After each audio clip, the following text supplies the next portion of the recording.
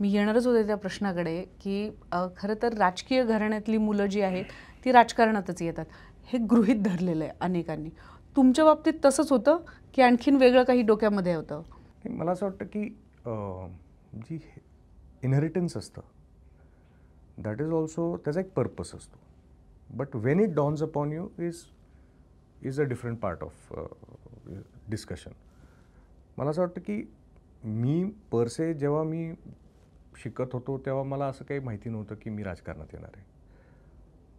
So naturally मी marks चांगले काढले म्हणून मी सायन्स घेतलं. सायन्समध्ये मार्क्स चांगले मिळाले म्हणून मी इंजिनिअरिंगला गेलो.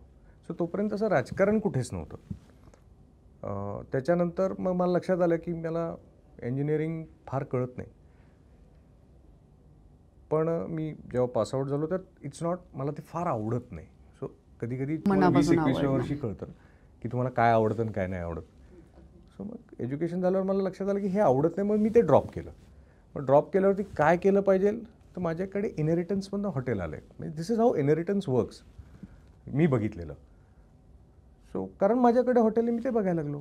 साधं आहे म्हणजे. कारण मला धंदा करायचा होता, एवढं क्लॅरिटी.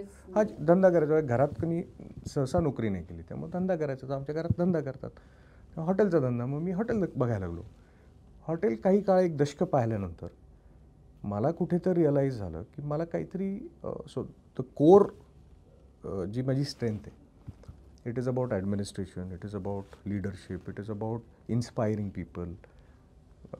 हे सगळे जे काही ॲट्रिब्यूट्स आहेत हे कुठेतरी इट्स पॉइंटिंग टुवर्ड्स लीडरशिप.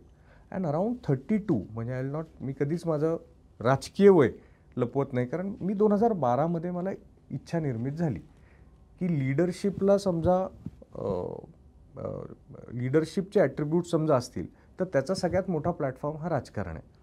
आणि मग माझी इनहेरिटन्स ही कुठेतरी दॅट प्लेड दॅट इंटरफेस की ठीक आहे. मग अर्थात माझे वडील राजकारणात आहेत, मी भाजपच्या सगळ्या मुशीत वाढलेलो आहे, संघाच्या आणि भाजपच्या. मग why not, why not try it. आणि तेव्हा मी नॅचरली आलो आणि मग then I found that this is where I belong. And that's why मग 10 वर्षानंतर 12 वर्षानंतर आज